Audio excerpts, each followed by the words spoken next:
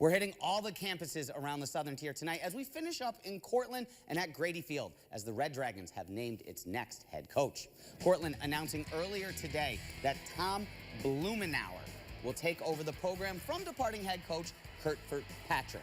Blumenauer was on the sidelines for the last 3 seasons as the head coach of Franklin and Mary College, leading the team to a 21-11 record in his time, also a bowl game win in 2024. The Red Dragons' new head man said in a statement, quote, "It is a privilege to join an institution renowned for its nationally recognized academic programs and strong athletic traditions." He added he looks forward to meeting the entire team and beginning our preparation for the 2025 season. The recent success that the program has had revitalized the entire Division III national landscape.